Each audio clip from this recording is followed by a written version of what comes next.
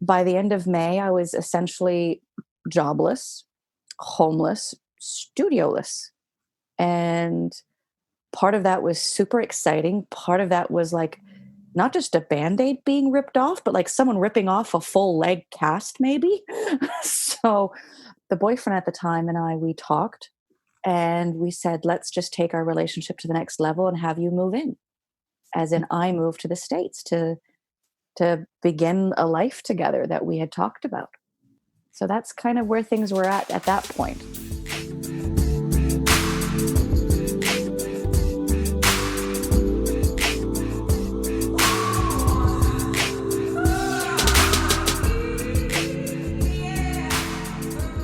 Welcome back. We are on today with my guest, Melanie Frome, on I'm Too Old for This Shit podcast. I'm Angie S., the founder of angies.com, link in the show notes, where I'm a health coach. If you want to work with me, you can get in touch via the website or email directly at hello@angie-s.com. So today I brought my third ever guest, Melanie, to come back on and talk about how her life took a turn since we last spoke, and how showing up with the truth is helpful to those around us, especially in an age of highly curated social media feeds. Yeah. Aren't we all guilty of that? And don't we just hate it? Okay. So in case you're not familiar with her last episode, Melanie was adopted, a drug addict, a teen mom, twice divorced with major health issues due to her weight. She bounced back from it all, and today she's come on to tell us about how she learned to welcome the challenges and lessons 2019 brought on. So without further ado, let's begin. Hi, Melanie. Hey, girl, it's been a while. It has. How are you? I'm good. Okay, so look, I want to give you a big warm welcome back onto the show. Thank you so much for joining me today. And I brought you on because I know that quite a few things have happened since we last spoke last year when you appeared in episode number 3 called Bounce Back, where we talked about your background, your upbringing, being adopted, how you pulled through addiction, health issues, being a teen mom, many things. And you uplifted us with your strength and your attitude. And, you know, that was something I just really appreciated. And so before we dive into this current stage in your life and what you've learned from it, please introduce yourself, where you live and what you do. Well, I'm Melanie Frome, and Frome is a German last name pronounced Frome, but most people think I'm trying to spit at them when I say it. So Frome in English will suffice. I currently live in Brampton, just outside of Toronto, Ontario, Canada. And I say currently because I've been in 6 places since we last spoke. Wow. And this is not a place I'm putting down roots, which we will get to. But so currently I'm in the Toronto area. What do I do? Well, I currently do not have a day job. I currently do not have a studio like I did when we spoke. And currently, I am not working at all. I am doing whatever the hell I feel like right now. When you say studio, because for the listeners who haven't listened to you before, is it yoga studio, correct? Yes. So the last time we spoke, I had a yoga and Pilates studio, and it offered some other physical fitness, physical movement modalities, and I had run it for 3 years. Okay, so so for the listeners who may not have heard the episode, can you please just round up maybe where you were in your life when we last spoke, and then we'll dive into how it all panned out and how you got to be to where you are now. Yes, absolutely. So when we last spoke in April of last year, April 2019, I had made the decision that I needed to close my yoga studio. The lease was up. It was just not financially feasible. It was breaking my heart a little bit, but I felt good once I made the decision. And so the decision had been made after 3 years of running the studio on my own to close the doors at the end of May. And during that whole time, and for the last 20 plus years, I've always had a corporate day job of sorts, a 9-to-5 gig that mostly has nothing to do with my passion job. And so at that point in my life, I was closing the doors on the studio, and I can now share with the world that I had also been living in my studio for 2+ years to save on expenses. I lived in the office that nobody really knew about except for a small select group of people. Mm-hmm. And so I was going to have to look at changing where I lived, obviously. Well, little did I know that just like 2 weeks after you and I spoke, I was restructured out of my day job. So does that mean being made redundant? Yep. I was walked out. You close your studio and you're being made redundant 2 weeks later. No, my studio was going to close end of May, and I was Yeah. walked out April 30th. Oh, okay. Yeah. Mm-hmm. So when you and I had last spoken, there was a lot of possibilities once the studio closed. I had a relationship with someone long distance, 5 hours away in the States. But there was a lot of stuff about slowing down, taking some time to heal because I'd hit burnout stage. And so the universe clearly listened to our conversation because it said, well, she wants less on her plate. She wants to do more writing. She wants to rest and heal. Let's take away her job. Yeah. I'm telling you, our manifestation powers, the universe listens, but it doesn't always do it the way we expect it to. Yeah. So sometimes you have to be sometimes you just have to be more specific. Oh, not sometimes, all the time. I know. All the time. Yeah. So yeah, I found myself in a place where by the end of May, I was essentially jobless, homeless, studioless.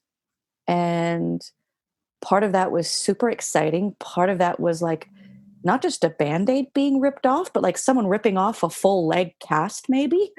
So the boyfriend at the time and we talked and we said, let's just take our relationship to the next level and have you move in.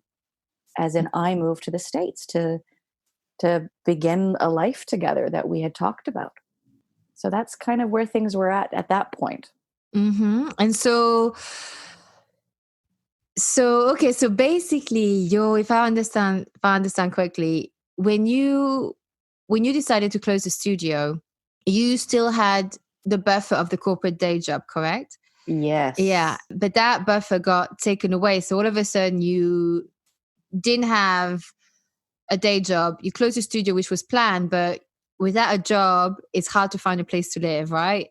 And so I guess fortune would have it that you had a relationship at the time, and so you'd already previously talked about taking a relationship to the next level and move in, and so I guess that sort of kind of pushed it a little bit forward. Yes. And so what did you do next? Did you then take up on his offer to move over? I packed up my car. Now, just for the record, I have a small Kia Forte. I do not have an SUV or a minivan or a truck. But my whole life, my material possessions fit into this car. Well, you lived in the office studios, Yes. the studio office. So I guess it's not, you couldn't be having like loads of plants around without it being too obvious, No. But like, for example, I had a bed and I sold the bed. I had a dresser. I sold the dresser because he already had all his furniture. He already had his own house with basically everything set up. Yeah. So I moved all my stuff into my car and I drove across the border and I found myself in Pittsburgh, technically just outside of Pittsburgh. And we embarked on that journey together very suddenly. And of course, I arrived right when his 3 children were off school for the whole summer. Oh, and can I just say, because many people may not know, you actually have a grown-up son, haven't you? Yes, my son will be 26 in June. Yeah. Okay. Yeah. So yeah, he's a man. Okay. Yeah. I'm actually feeling weird that he's closer to 30 than 20 right now. Yeah. And how old are you, Melanie, if I can ask? I am 41, going on 42 in May. Okay, so you're 41. Like we're both 41. Okay.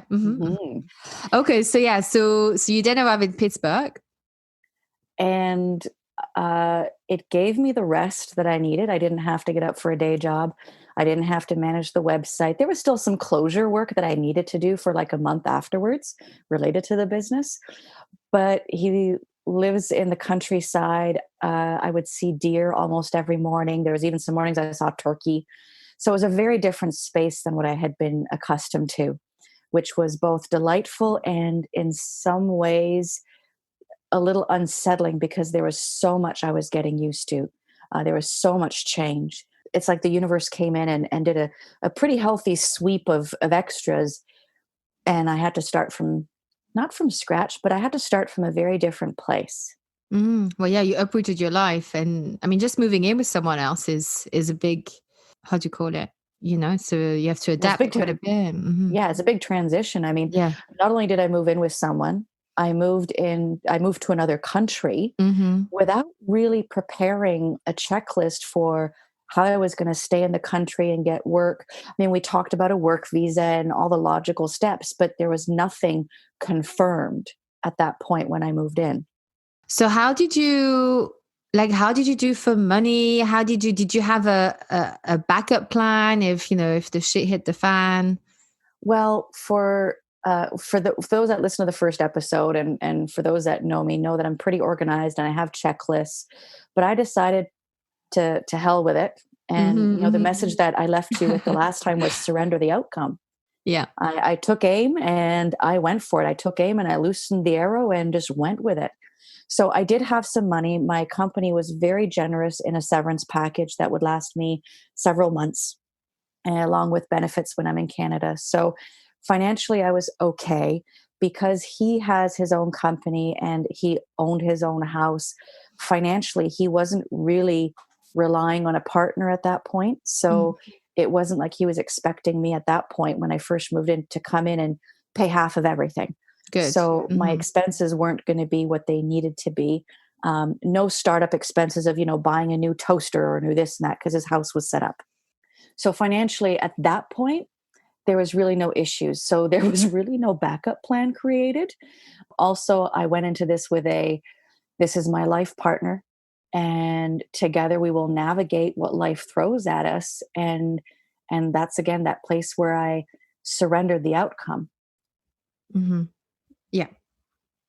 But I'd say you did have a backup. Well, you may not have had a backup plan, but you had like a net anyway, because you had like you said, a severance package that could last you a few months. So that was Yes. actually already good. So let's say, I mean, I don't want to be dramatic, but I think something that's it's not always easy to have, but I think is good to have is if you are, whether you're going on holiday with a new boyfriend or someone new you like hanging out with, or whether you're Mhm. moving in with someone, it's good to have some money so that you can always leave, stay in a hotel, take a flight home, whatever it is that you need to do in case situation. So I think if, Absolutely. if you go in and you have a few months, that to me in my mind, that's my plan B. That's my that's I'm good. But okay, so tell us, so how, because from what I understand, things have changed. So can Uh, you talk us through, you got there, went, followed your heart, so, you're just going to go with the flow, from what I understand. yeah. So what happened? Well, a lot happened in like the 4 months that I was there. He and I had talked a lot about the kind of life we dreamt about creating together. We were very aligned lifestyle and philosophy, which is why I didn't question this. I'm just going to pack up my car and move to Pittsburgh. So, but once I moved in, there were some real reality checks that took place. From He was at work all day, and all of a sudden, I was expected to take care of his 3 children, which I had agreed to coming into it, knowing that they'd be home for the summer. And I knew I wasn't planning on working right away, and I wasn't able to work right away. But there was an understanding at the beginning about the timeshare between him and his ex-wife, the children's mother. And that changed very quickly when I showed up. Okay. So the 50-50 very quickly turned into 70-30. And I was the 70. Right. His hours running his own company prior to me moving in, he'd been home every evening, 5-ish, 6-ish for dinner with the kids. When I moved in, I wasn't seeing him till 8 or 9 o'clock at night often.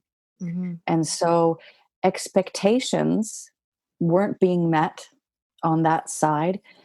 And I was navigating, this is where, my own responsibility shows up, this own accountability is I arrived and I realized that all the labels that I had attached to myself had been ripped off like a band-aid. What do you mean by I, labels? I was no longer a studio owner. Mm. I was no longer a yoga teacher. I wasn't teaching any yoga. I was no longer a Pilates teacher. I was no longer a manager of yoga teachers, Pilates teachers, because I didn't have the studio. I was no longer a employee at my day job, an analyst. I was no longer a coworker with those same corporate day job coworkers. I was no longer a reporting employee to my supervisor. So a lot of things that I had really lived for the last 10 years, even before I owned my own studio, they were gone. They were Yeah. completely gone. And and all of a sudden, I wasn't just taking on new labels, I was being forced to take on new labels. Mm-hmm. So part of your identity changed. Oh, huge. And I had to question myself. And then also from being a woman who was so busy, 40-hour work week, teaching 7 days a week, managing the studio, to go to a very different activity of taking care of three children, ages about 9 to 13, in a home, and now having to take care of the home, doing laundry 3 times a day, doing Oh, dishes like 4 loads a day, and oh my God. making 3, 4 meals a day, and Mm. driving them to appointments, which is 45 minutes. All of that, my my internal dialogue, my insides, so to speak, felt like they'd been turned inside out, Mm-hmm. and that was a cruel, a very strange awakening. Yeah, and I think that whole identity shift can, or like feel like it's being ripped off, does happen to a lot of us in different circumstances. But I do want to just clarify, because you said, before you were doing a 40-hour work week and teaching and Mhm. stuff. Just want to specify, you had a 40-hour work week corporate job plus a studio where you were teaching in the evening. It's not just a 40-hour work week. You had a 40-hour plus your own yoga studio. So you were teaching evenings and weekends. So you were full on, I guess, how do we call it? The lady boss. So, whatever you Oh, working, working, yeah. working, to being at home, no occupation, but your occupation obviously changed to taking care of children, which obviously is a full-time job, but Yes. and quite demanding. So did you feel, I mean, on top of having what you identified with, studio owner, yoga teacher, corporate job, core workers, all of that stuff, did you feel a sense of that you lost your home, or did you feel at home? Well, physically material, I did feel the loss of my studio. I actually loved living there for many reasons. It was my own space, but I also really enjoyed the home environment that my boyfriend and I at the time had talked about. So I didn't feel that loss so much until I got into the new space. And as every day went on, it wasn't what we had discussed. It wasn't what we had thought was going to roll out. What I did feel the loss most of was, again, more internal, my internal home of who I thought I was, who I had worked hard to become. Mm. And all of a sudden, I felt like I didn't really, I know I had a choice, but I felt like I didn't. I'm not sure if that makes sense. I knew I could have Well, chosen differently, but yeah. being put into the situation, well, I just walked away from my whole life. And, how much time do I give it? How much of a chance do I give it until there's finally too much that I can't agree to and I have to make a decision then? There was a lot of hesitation, a lot of uncertainty, and a lot of self doubt that showed up. I can understand that. I mean, I think there's a very big difference between talking about moving somewhere and Hmm. imagining what it could be, and even have a plan for it, goals, and what we think is going to bring for us. Because I think anytime we sort of uproot ourselves, and I've done it a few times, and I know that every time I uproot myself, there's a hope, there's like a new life, and but I still remember the first time I did it. It was a big slap in the face. I was 18, and when you were saying about the identity, I didn't realize until I moved to a different country. When I moved from home at 18, I didn't realize that how much my identity was attached to, first of all, living at home with my mom, to my friends, my social circle, three, the value I had in the country I was in, the languages I spoke that were relevant there. the education I had that was relevant there totally was not relevant when I changed country. I literally had to start from scratch. And it was almost like I was ripped apart inside, it was really hard. And it spiraled down to, you know, what I was already experienced before with like this malaise inside, really spiraled out of control. And, heavy binge eat, like really binge eating, my OCD like piked up, like the anxiety was out of control. But because all of a sudden I was in this, I didn't know who I was anymore. And I would guess I was very young, but I can totally understand what you mean by your identity, that inside, that identity inside, what you've created for yourself, who you are, what you worked so hard for, is not there Yes. anymore. And you wonder where Yes. it's gone. And it's like the value you put on yourself, how much you've put it on the outside. And it's not easy to work that value from the inside. There's so many quotes out there that says, happiness from within. I'm like, yeah, we get it. But, we cannot live in a cave like a monk and be like, I'm fulfilled on the inside. It's very different scenario when it happens in real life, every day, when you have to just make things work. So tell me, how did that, I guess, like bounced off between you and your then, your boyfriend that you were living with? Like, how did they even? Well, well, it's interesting because he had come from an 18-year marriage, Oh, wow. and Okay. Yeah. Uh-huh. they had established certain patterns Yeah. and expectations around her role in the home. And once Yes. I came in the home, despite all the talks we had shared about creating a different life for not just each other, but for our new, we called it our hybrid family. Yeah. Me being quote unquote stepmom, even though there was no marriage, but our little hybrid family. Yeah. But he fell into patterns very quickly that he had developed over 18 years with his ex-wife. Of course. Mm-hmm. And I was processing the loss of a corporate identity. I was mourning the loss of my studio, my students. And so what you said about, really falling into malaise really resonated with me, because that's what started to happen. Mm. With each day as things started to change, I was like, well, I had a purposeful life before this. Where is my purpose now? And as time went on, and I put my all into becoming this, stepmom. And I do love kids. And I've actually been a stepmom before. I had 3 kids Mm-hmm. in the household, the same age as his kids. So I've been there, and I was there for 4 years. So it's not like I've never taken care of 3 kids. I know what's involved. I really threw myself into that. And I tried to create time for myself, as we spoke the last time, to dedicate to finishing my novel. Yeah. Oh, But yeah. Yeah. even though I was living in nature, which I wasn't before, I was in the middle of a city. Even though I was surrounded by trees and wind and beautiful skies, and every night there was fireflies outside, I felt absolutely no creative spark in me at all. Mm-hmm. And so I really struggled with the story and the editing. And the editing, by the way, for any writers out there, enjoy writing your story, because the editing is the painful part. um, I was really starting to struggle. And then through my struggles, combined with his patterns, falling back into them, our relationship really deteriorated. And we had moments where, I will use an example. He said, "You're not the woman I fell in love with." Oh, that's always nice to And hear. well, and But this we is where never I take, are. But we never are, though, are we? The person's never the person you fell in love with, because it's a imagination in your mind when you fall. yeah. Well, even beyond the imagination piece, this is where I take responsibility. I should have said what I was thinking in that moment, because I was thinking in that, because I didn't say anything.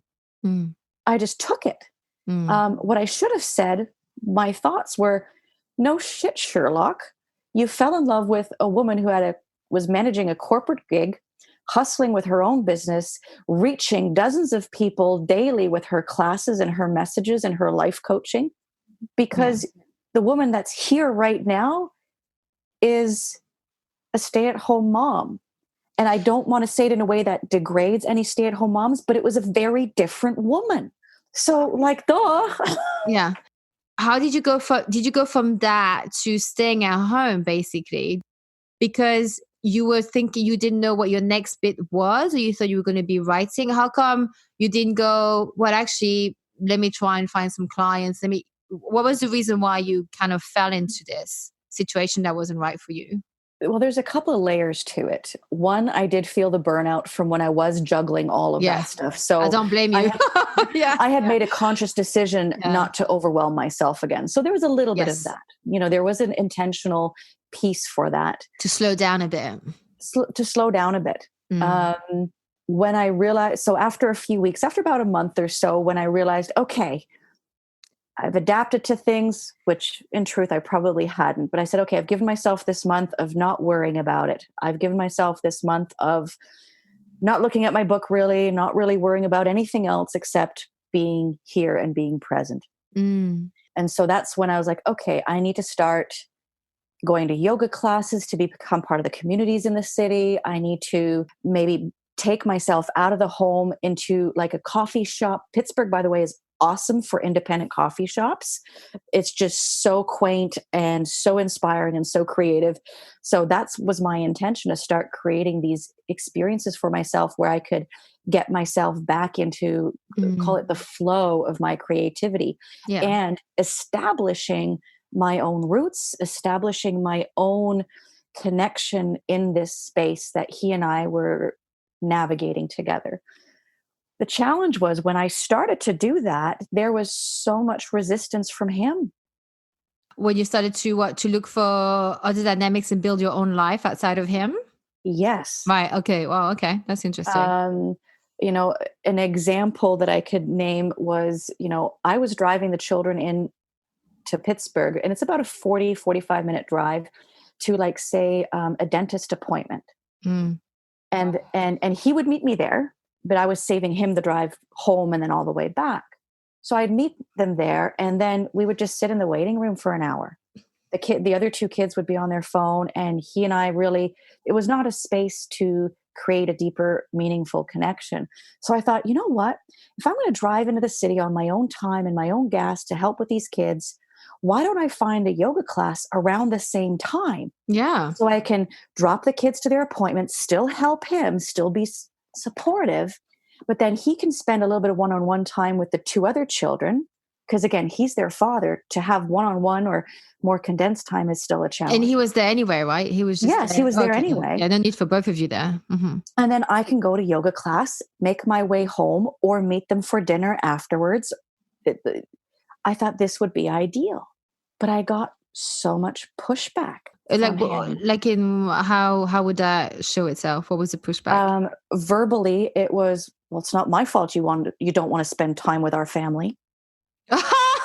Make it. Oh, nice. Okay. Yeah, some of Wow. it was very blatant and obvious. Wow. So he tries to give you the guilt trip. Wow. Yes. Interesting. And Okay. then the other one would be more passive aggressive, not as direct, of, well, if it's really that much of a hassle for you to drive them, just let me know and I'll come get them. Okay. Okay. So there Yeah. was a lot Mhm. of that showing up.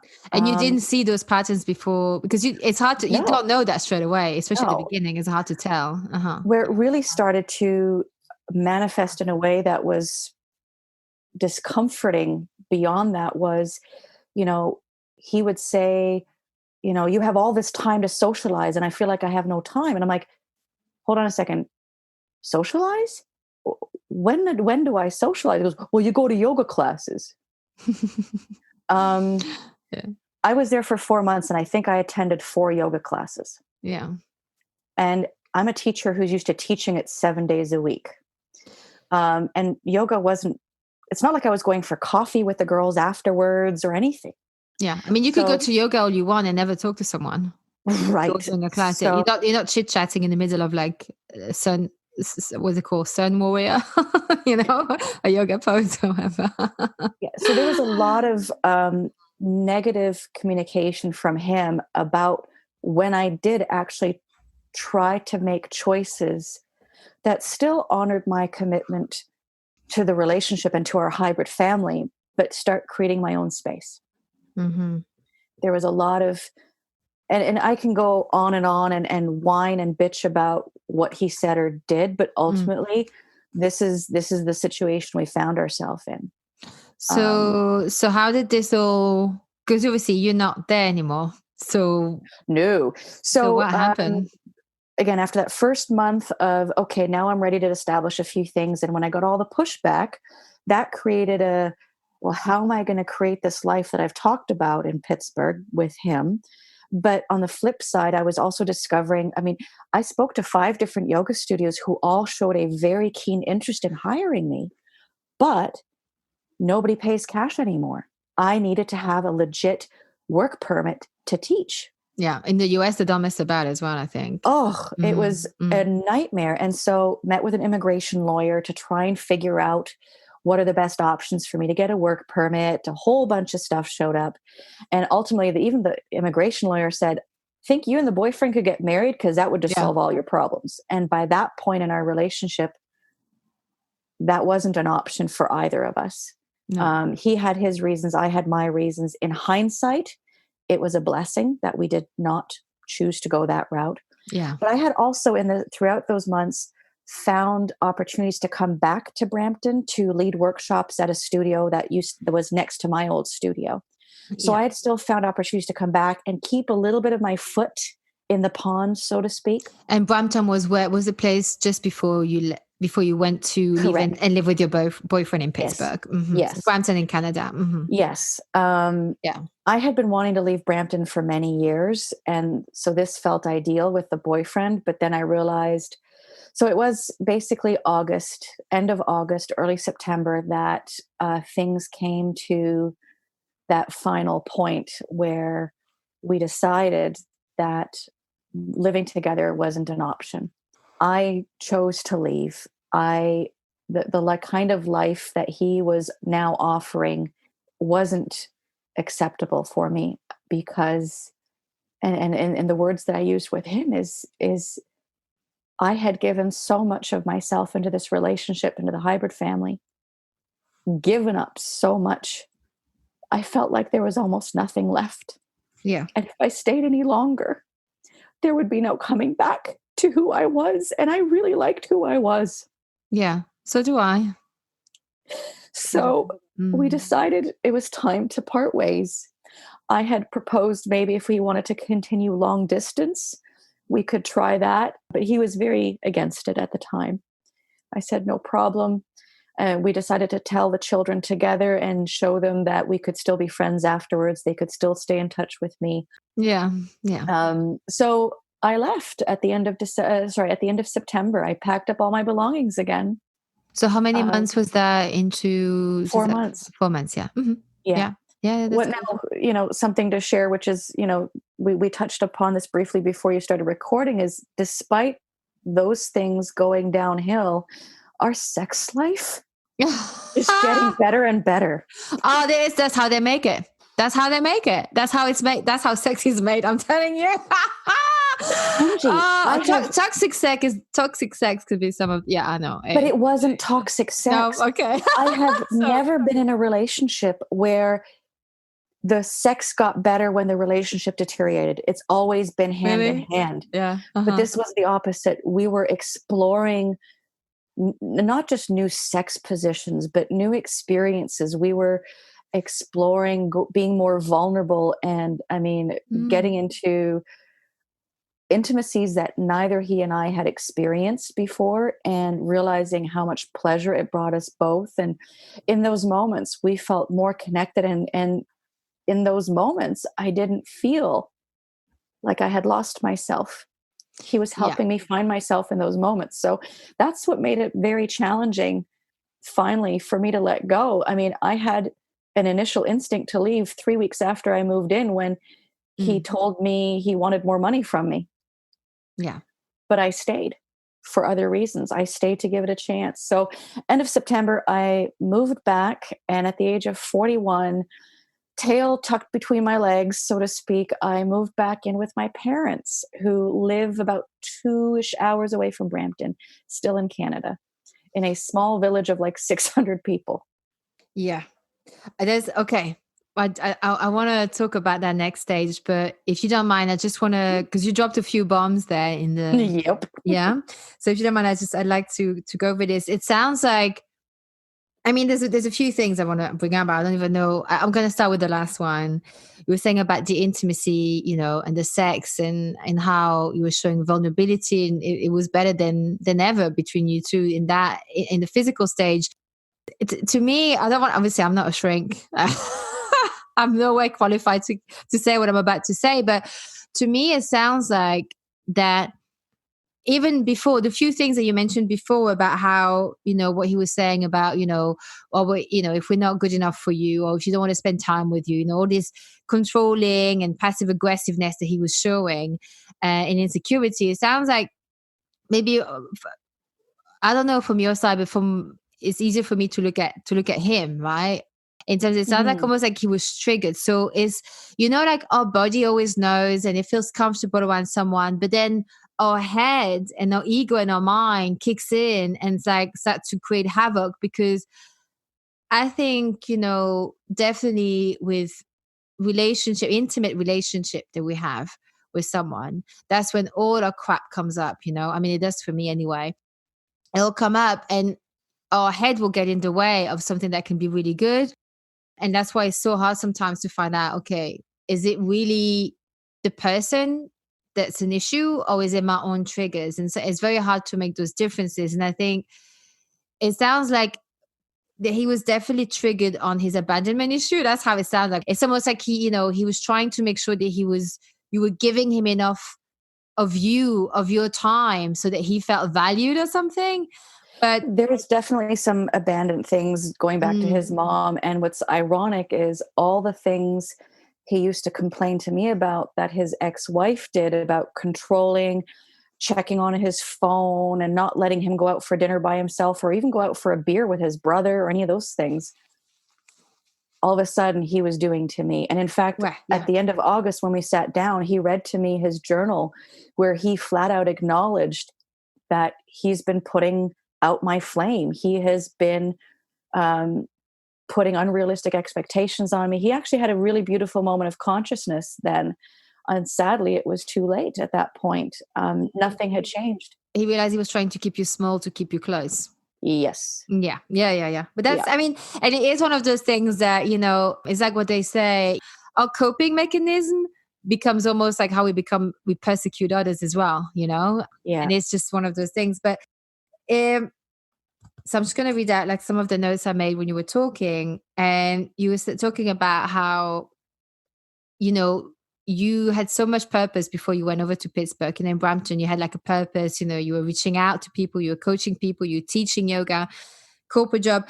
And now you didn't have that and things started to spiral down. And you were saying, if I stay any longer, I'm gonna lose who I am and who I've built, so hard to become and who I love. And there's something that Kathy Heller from Don't Keep Your Day Job podcast, she says that the opposite of depression is not happiness, it's purpose. And I Mhm. so agree with that. Yes. Happiness is fleeting. Are you going to encapsulate happiness? How do you write it down? But purpose is what gets us up in the morning. It gives us Mhm. hope. And it sort of makes sense that when you arrived and you actually went to take space, effectively, things started to crumble apart a little bit. And you had to assimilate in a different environment, and you didn't get a chance to. I mean, you may have had chances, but I guess you wanted to keep the peace, and by keeping the peace with him, you kind of forgot yourself and did go out there and push back and go, actually, no, I'm going to go and join a meetup group, or I'm going to go out for a coffee by myself, or I'm going to go to the movies, I'm going to go to yoga class and make friends, or somehow something. And I think the last bit that really I think is really interesting is you said that you had given up so much. And I think that is something that women, especially, without being sexist, but I feel like women, we do that a lot. And we do that in relationships and we think it is something that is good, but somehow we end up that behavior that is come out of love ends up choking your partner. It ends up like is mothering, it's too much. And effectively we lose ourselves, and it's not good for us and it's not good for them. And when we give up too much, the other person will almost resent us for it because they feel like they owe us for something they never asked for. Does that make Yes, sense? and I think there's a distinction to be made too, that and I agree with you, as women, we give of ourselves a lot. Yeah. Where it gets dangerous is when we give up for others. So we give of ourselves to others. And when we give of ourselves to others, there is no keeping score. Uh-huh. But when we start giving too much of ourselves, that crosses into giving things up for them, Mm-hmm. doing it at the expense of ourselves, that's when the scales get tipped. Yeah, like your social circle, for example, or making friends. Is Mhm. that what you mean? Yeah, absolutely. Yes. I mean, Um, I know friends who are professional therapists who do that in relationship. You will not hear from them. Well, I'm thinking of one especially, but you will not hear from her the whole time. And then and I'm like, yeah, it's only a matter of time before it collapses because you've given up everything, and it's just. Even people who are professional do it too, and yes. so it's just as it's so before we go on to like, you're moving back and figuring Hmm. yourself out at 41, moving back in with your parents, from that time you were in Pittsburgh living with your boyfriend, what would you, if you could, what would you do differently this time? A few things. I probably wouldn't have moved in with him directly. I would have moved to Pittsburgh in a small studio apartment Yeah. or something. Yeah. Or if that wasn't the option, I would have from the very beginning been more firm in the boundaries that we had talked about ahead of time. Taking care of the kids more because mom was working a night shift and didn't want to. That was not something I had agreed to ahead of time. And so I allowed these things to keep affecting me because I wanted to be the supportive, loving partner and to support my partner and all these things. And I do Mhm. love those little kids, Yeah, of course. although, two of them are taller than me, I think, but that's a totally different side note. And right away, establishing my presence in the yoga community there for my own sanity. Hmm. And ultimately, the big one is when the boyfriend verbalized clearly negative things, instead of swallowing them and allowing them to turn into poison inside of me, to say something. And that's And so hard to do though. oh, That is is it so hard to ever? do. I mean, I hear you. We're always wiser later. I'm always like, oh, I wish I'd said that. I should have done this. Yeah, I'm like that too, because you yeah, want to keep the peace, and it's hard to ask for setting boundaries and saying this is not okay in a way that's just straight to the point, easy, non-dramatic, is an actual skill that is not yeah, taught, and yeah, I mean, it's hard to do. It is yeah. hard to do. The other Yeah. part that shows up with this, and it goes back to a little bit of the we give of ourselves, where do we give up, Mm. and our standing in our voice, is something that really showed up for me. And again, this is hindsight is 2020, Of course. but is this when we fall in love with a partner, whether it's a heterosexual, homosexual relationship, that part doesn't matter. Mm. When we fall in love and set out on a journey together, Mm. we place our partner, our partner's words and actions at a higher value than of a coffee friend or a coworker friend.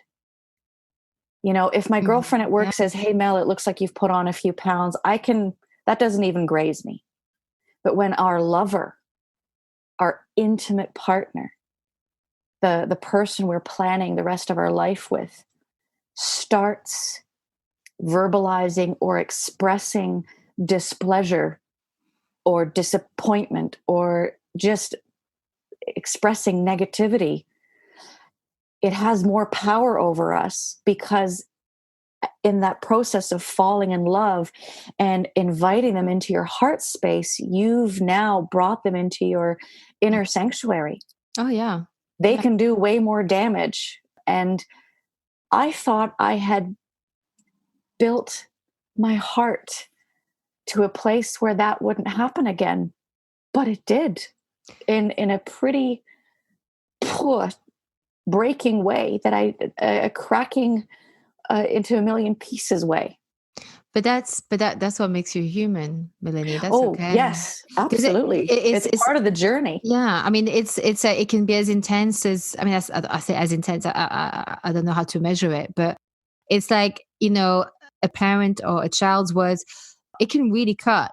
So, but it's not because people mean to, it's just because they have that direct access to your heart, because the stakes are so high. They mean so much that Yes. you know that if they were to disappear, it would hurt so much. I mean, touch wood, everything's fine. Literally touch wood.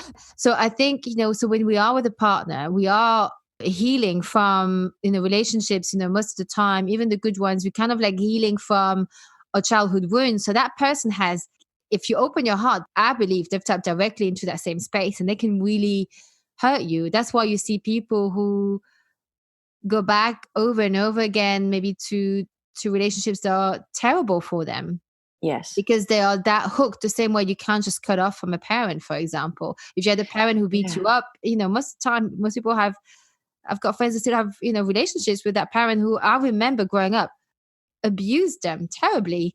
But now they're, it's not something that you can just easily cut off from. So just makes you human, Yep. you know? Oh, for sure. I mean, I get emotional about it, but and then Yeah. I don't say it in a way to imply that there's something wrong with me or that I'm broken, but that this is a reality that when we invite someone into our heart space, there is that vulnerability that's different than a more casual acquaintance or a casual relationship. So all of that affected me deeply, and when we split ways, I thought a distant relationship to support each other as we were going through this would be different, because all my past relationships, when it's over, block and delete, move on, no more contact. That's just how my life has turned out. Yeah. And he had expressed he didn't want that, kids to still have contact, but within about 10 days of me leaving, he demanded no more contact, no more contact with the children, and you know saying that we needed to move on, etc. And I found out that he had already found a girlfriend by that point. Wow. So Oh, that hurts. Well, yeah. just a little bit, yeah. Yeah. But Yeah. this is his pattern, and I need to, I've since been able to take all the beautiful things about that relationship and the wonderful things about that man and recognize these are the things that I want to attract in my life again, without the bullshit, without the Yeah. insecurity of him, without the stuff that brought the negativity in. And it is my sincerest hope, because he does have moments of true consciousness and awareness, that what he learned with our Mm. relationship, he is putting into practice with this new woman. And she is the benefactor of the bullshit I had to put up with, so to speak. Yeah. I do sincerely hope that that is taking place. Yeah. I But mean, that meant, nothing is black or white. Everything's in the gray. So, he's not all good or all bad. Same for you, not all good or all bad. So it's good you've got always. that. Can I ask you, said about the pattern? Is that he usually jumps from one relationship to the next? Is that something you had before? Well, he'd been with his wife for 18 years, and we met when they were going through a separation. Yeah. Okay. Yeah. So Mhm. there was that. Also, when we had been on a break for a short period of time, he had, and we had agreed to be romantically connected, but not monogamous. We weren't even in a relationship. We hadn't put a label to it. There was another woman that came into his life very briefly, and that took place. So I acknowledge that he doesn't like to be alone. And I don't want to get into the psychology of him, Yeah. but Yeah. yes, there was a pattern there. And when I left, I had hoped to create a new pattern for myself by continuing a friendship with him. It was going to be tough, and I knew that, but I actually welcomed the opportunity to create something different for myself as well, and a different pattern for his children who watched their parents tear each other apart. Yeah. So but that didn't happen, so no choice. So now I'm with my parents. 41. My life fits into my car, living in their guest bedroom in a town of 600 people, completely isolated. And all of a sudden, it hit me like a brick. It hit me like a truck. Depression Yeah. and a complete sleeping in my bed all day, watching Netflix all day, not even looking at my novel, not wanting to talk to people, internalizing everything, struggling with the weight that I had gained over the summer, because I wasn't moving anymore. I wasn't working out, and I was trying to cook healthy meals, but the kids were constantly complaining. And so, long story short, I gained probably close to 20 pounds over the summer alone. Mm. So, struggling with the weight gain, struggling with, I thought that the universe had cleared my plate when I got ready to move in with the boyfriend, but no, the universe said, nope, nah, bitch, you got more to go. Let's get rid of everything. Relationship. I had fallen in love with Pittsburgh. So Pittsburgh was also ripped away from me. I had developed really wonderful friendships with some of his family members. That had been ripped away. He has placed a demand on them to block and delete me from everything. So that was ripped away. Um, so I was left with, in my thoughts at that time, not only nothing, but more than I thought I had to give. So October was one of the worst months of my life. So, I mean, it's yeah. I think yeah. I am really sorry to hear that. It's never. It's that it that I mean, yeah. The being glued to the bed and just watching Netflix all day, and I mean, it's normal. You don't want to look at your novel. You're going through a breakup, and break up not just with him, but with a a place, Family, oh, everything. family, yeah, and Yeah. that's always hard, and it is normal to feel, the rug has been taken off, and so how did you pull through it? How did you? Well, I wish I had a magic pill that I could share with everyone, that this is the one thing that'll help anybody, because I spent most of the month going through every moment, every word, every exchange of those 4 months that I spent with him, questioning where did I go wrong and what could I have done differently, and did I make the right choice in leaving? I mean, I now know I did. I mean, the fact that he had a girlfriend within 10 days proves certain things. So I knew all this logically, but my emotions, everything was so attached. And then I experienced a mini health crisis that very, very few people know about, that caused me to go, to the hospital. And I ended up having to deal with some health issues, which I won't go into too much details now. But it was a very scary moment where I didn't know what was going on. And then, Would you be open to say what it was, or I mean, yeah, I had an ovarian cyst burst, and oh, yeah, but that's in a way yeah, that, because wow, I also have my tubes tied, mm, there was a whole bunch of nonsense going on, and the yeah, blood loss was pretty severe. The pain was. oh, that's yeah. I would rather give birth again. Yeah, That was, for yeah, me. yeah, no, it Um, is. Oh, yeah, yeah, so yeah. that's what it was. Oh, But the oof. circumstances around it, and when I went in, and the doctor's hypothesis that I might have been having a miscarriage because they didn't know my history, Mm. was like, excuse me, I've had my tubes tied, and I don't actually know if my ex-boyfriend had a vasectomy or not, but wait, like miscarriage, even though my logical mind knew that really wasn't a possibility, my emotional body Yeah. kind of was like, ah, what do you mean? What do you mean? Am I pregnant? It was ridiculous. And so that was a result for me that I had to process. And that triggered um, the worst day emotionally, and brought me to a place I never thought I'd be. And it was the place of seriously contemplating a very, very large bottle of sleeping pills. And I sat like that for 8 hours. And it was almost like Gollum from Lord of the Rings having this conversation with himself of, nobody likes you, but I have a friend. Nobody's your friend. This Yeah. really, like, I'm glad nobody heard my internal dialogue, because straitjacket would have shown up. So I did that for close to 8 hours that one day. And by the end of it, there was no magic aha moment.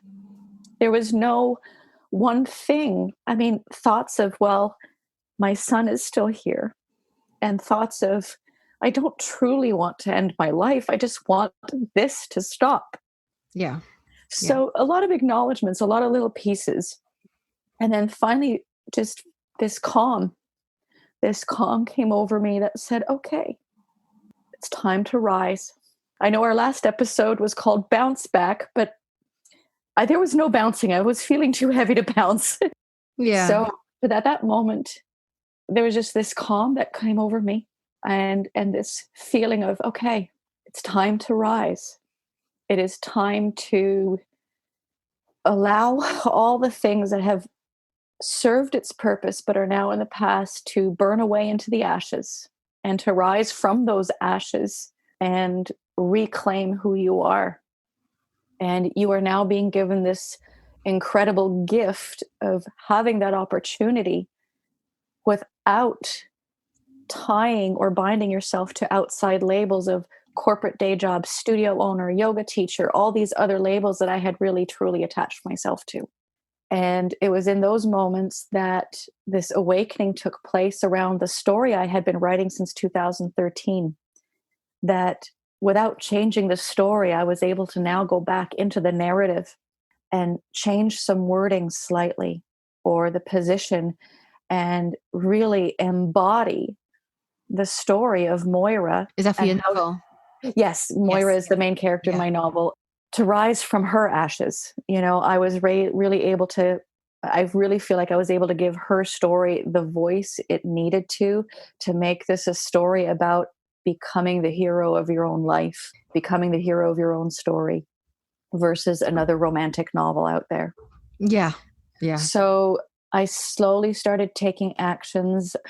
I'd reached out, and it turned out a girlfriend needed a roommate. So I moved in with her back into Brampton, the city I had tried so hard to leave. And I decided that if nothing else, in 2019, with all of the loss and all of the things that I had been given and taken away, and if the only thing I could accomplish, this goes back to, again, that feeling of purpose and purposeful life, is to publish my novel, then I'm gonna fucking do it. Yeah. So I got really heavy into the editing, and my novel, actually, after starting it in May 2013, I was able to publish it on December 1st, the winter solstice of 2019. But had I not experienced the summer with the ex-boyfriend, not just the struggles, but the beautiful love connection, the intimacy, the energetic exchange of so much, I wouldn't have been able to give that the voice it needed to in the novel. The story didn't change, but the voice that I was able to speak it with and write it with did change. So for that, I'm grateful. Yeah. I think, first of all, I'm glad that it sounds like, you're still healing from it, but you've learned quite a bit from it. So it feels like you've come full circle. Look, you've birthed your book now. Your book is out. You've published it. So that's a huge achievement.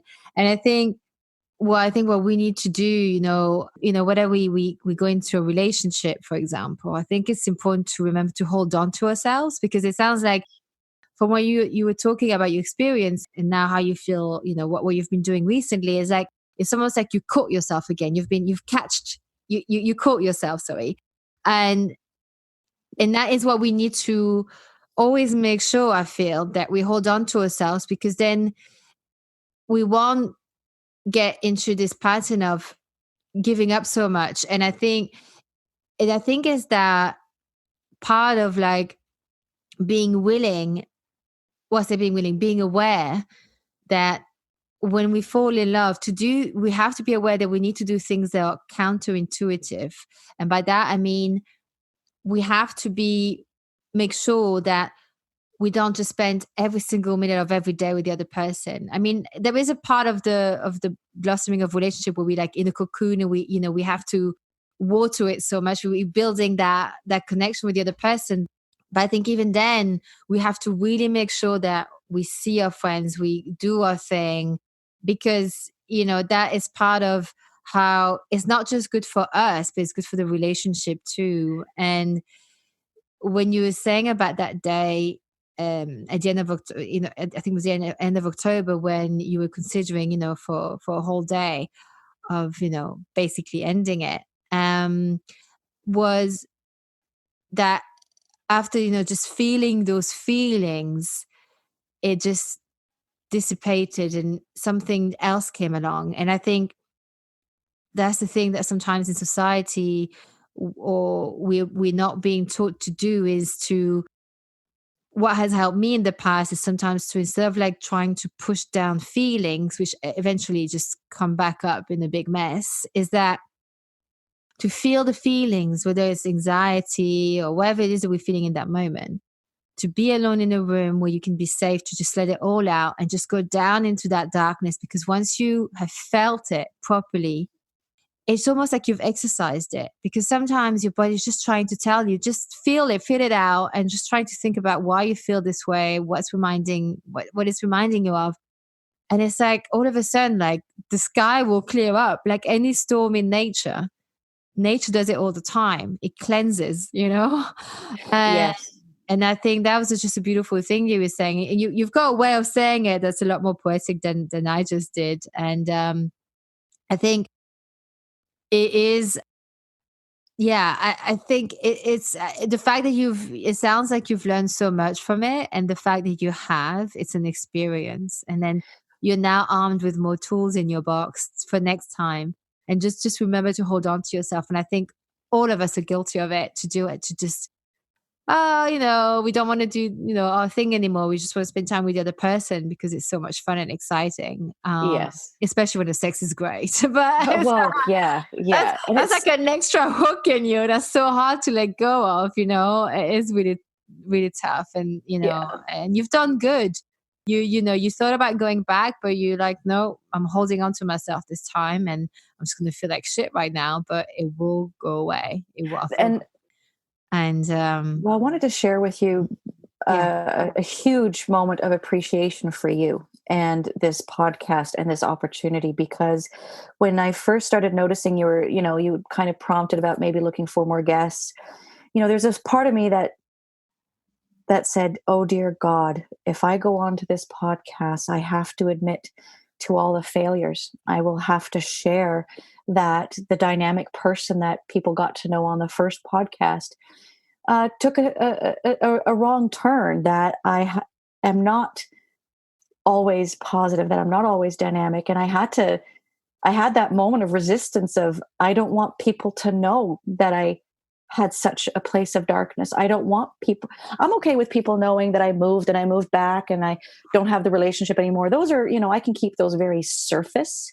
yeah, But with you, uh, thanks to our connection and our chat before, I had a big fear of, I shouldn't do this because I will be admitting to something that feels very scary and vulnerable. And what is the perception going to be? Will people recognize that Melanie is still a coach and a mindset coach and a life coach? And I went through this whole internal dialogue, and then I came to this moment of aha. And in the words of you and I said, fuck it, do it. yeah. But I think it's it's interesting that I understand why those thought would pop up, because that's my sabotage thinking as well. But effectively, I think it's a great thing to do this, because to do this, like for you to come back on and explain this, because I find that especially online, Instagram, and you name it, sometimes what I can find very demoralizing for me is that portrayal of everyone's perfect lives. And I think I'm guilty of it too. I find it really hard to expose myself, show, what the things that are hard. And I think weirdly enough, I'm probably a lot, because originally I'm a very private person. And I think I've opened up a lot more here on this podcast. I say things that I don't tell most people. I don't know why I feel more comfortable. I guess we feel always braver behind the microphone alone in the room. Okay. But I think this is great. You've come on and showed that life is not linear. We will go through good and bad. Even for me, like just yesterday, I was just like, why am I feeling this way? So I think we all, every week when I put out an episode, sometimes there are a lot of really stressful moments. It's not always pretty. There's a lot of things to deal with, and it's I think it's great that you've come back on and said what you said, because life isn't always pretty. It's not always, we do the best that we can with everything that we have and that we know. And I think it's great you've come on, because it's very hard sometimes to see out there the online world that can be very fake, and it makes us all feel more isolated. And isolation will definitely create depression and anxiety, and I think it's good that more people nowadays can speak up and stand up. And so I think it's great. And I don't think it makes you less of a coach. It makes you a more empathetic coach. It makes you a more understanding person. Someone who's never known any struggle, how can they understand, And so I'm going to ask you the finishing questions I ask all the guests. And I know I'll ask you this last time probably, but it'd be interesting to see what your answer would be now. Mm-hmm. What would you tell your 18-year-old self? 18-year-old self was already a mom, so that's interesting. Mm-hmm. I would tell myself to don't stress so much about the corporate ladder. I would tell myself to appreciate every moment with my son, even if it meant not providing for him financially the things that I thought I had to. And I would definitely tell myself that I don't have to live up to anyone else's expectations, that I have the power to be the author of my own story and to really create a life that I love, and to hopefully start doing it before I'm 41. Yeah. Okay. And what do you not put up with anymore? Controlling behavior by others. Mm-hmm. That's definitely one thing that's huge on my list right now. I would like to say that I am really learning about what my boundaries need to be and how to hold firm to them, but I'm still working on that. So I would have a different list for you in about 6 months on what do I not allow in my life anymore. Yeah. Well, thank you so much, Melanie. Before we end, can you please tell us where people can find you and where they can buy your book? Well, my book is available on Amazon, on all the Amazons, amazon.com for the US, .ca for Canada, .co.uk. Worldwide Amazon. Worldwide Amazon. Yeah. And it's called Lady of Fire, The Immortal Elements, and it's book 1. My website is www.melaniefrome.com, and you can find me on the Instagram and the Facebook just by my first and last name as well. I'll put all the links in the show notes so people can find you. And thank you so much, Melanie, for coming on again and telling your story. Thank you so much. And thank you for creating this amazing space for everyone to learn, and even the guests to relearn a few things.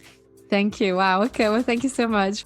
And that's our episode. I hope you enjoyed it. Please don't forget to rate, review, subscribe on iTunes, follow on Spotify, for all the other platforms. Whichever way you show love is how you can support this show. Drop me your questions or suggestions for future episodes via the website at angie-s.com, or come and find me on Instagram. I have 2 accounts. One is Too Old for This Shit Podcast, and the other one is Not Too Old For with the number 4. Links in the show notes. See you next week, and until then, using health inappropriately.